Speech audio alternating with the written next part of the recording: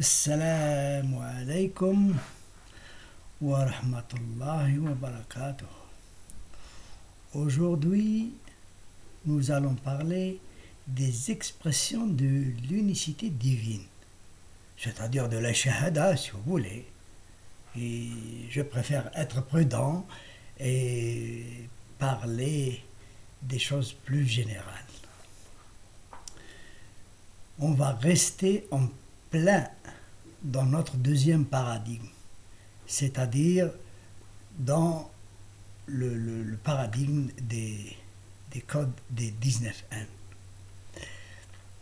Eh bien, entre guillemets, la shahada, si vous voulez, on peut en distinguer sept expressions, sept variantes de la shahada. La première, c'est la ilaha illa ana, lorsque c'est prononcé par Dieu lui-même. C'est au verset 16.2, 20.14 et 21.5. La ilaha illa ana, il y en a trois, c'est la première expression.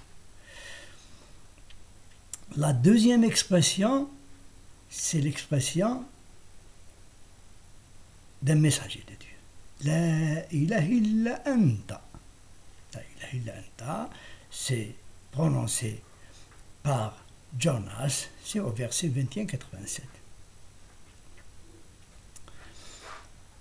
Il y a aussi Ma min ilaha illa illallah. Ma min ilaha illallah. C'est aussi une expression de l'unicité divine. C'est prononcé par le messager du Coran, notre cher prophète. Il y a les 28 versets de l'expression la plus générale. La ilaha illa huwa. La ilaha illa huwa, c'est l'expression la plus répandue dans le Coran. Il y en a 28 versets et 29 occurrences, parce qu'il y a le verset 3, 18, qui contient deux occurrences. Il y a aussi la ilaha illallah. On a l'impression que c'est la plus répandue. Non, ce n'est pas la plus répandue. Il y en a seulement deux dans le Coran. Il y a aussi Ma min ilaha illa Allah wahdahu. Ma min ilaha illa Allah wahdahu. Il y en a une seule, c'est la réponse qu'on fait aux païens, aux trinitaires. C'est au verset 5, 73. Qu'est-ce qu'on constate? On constate qu'il y a sept expressions. Le nombre de versets, c'est 38. On a l'impression d'être en plein dans le 3, 19, 1, normal. Mais seulement, il y a un petit hic. Lorsqu'on approfondit l'expression du verset 10, 90, La ilaha illa alladhi amant bihi banu Israël. Lorsque Pharaon était en train de se noyer et qu'il lui restait une petite minute pour mourir, il a prononcé quelque chose comme ça. Mais cette expression n'est pas exacte. Elle n'est pas fondée. Elle n'est pas juste. Si on traduit, il dit « Il n'y a pas de Dieu, mis à part ceux des croyances de Banu Israël. » Mais Banu Israël, c'était pas tous des monothéistes. Par exemple, le Samaritain, il a fait le veau d'or. Donc, si on regarde bien, on scrute, on analyse l'expression du pharaon avant de mourir, elle n'était pas exacte, elle était polythéiste, elle n'était pas monothéiste, elle n'était pas exacte. On ne peut pas la prendre. Si on veut spéculer, on dira que Yom al-Qiyamah, il ne pourra pas dire que shahad, il ne peut pas dire que j'ai prononcé la shahada au moment de mourir. Il a dit j'ai envie de croire au Dieu enfin pas au Dieu, mais à tout ce que Ben Israël croyait. Il voulait adopter les croyances des Ben Israël, mais c'est pas précis comme expression. Ben Israël, il y avait du bon et du mauvais. Alors qu'est-ce qu'on fait? On peut changer, on peut changer de code.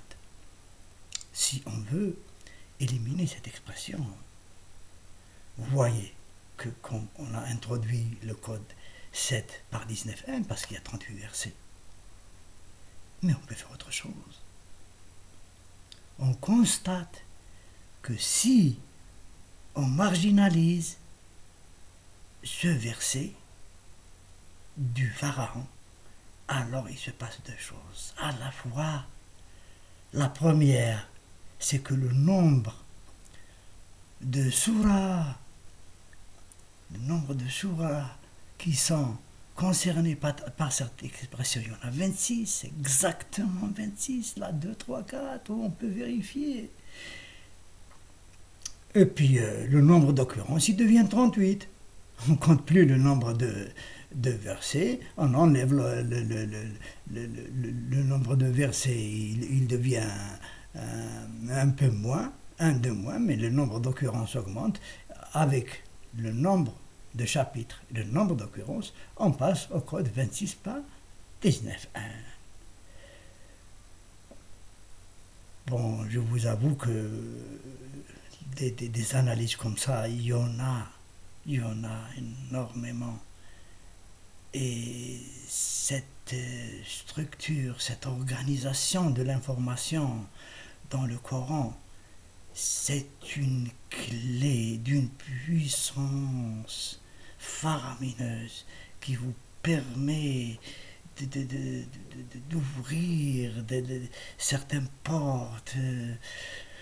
Bon, on se résume. C'est un exemple, c'est une illustration. C'est soit, vous pouvez prendre soit les 7 expressions de l'unicité divine, en général, en 38 occurrences, c'est-à-dire 7 par 19, soit passer au code 26 par 19.1 en comptant les chapitres concernés et les occurrences concernées. Alors, je vous dis, Assalamu alaikum wa rahmatullahi wa barakatuh.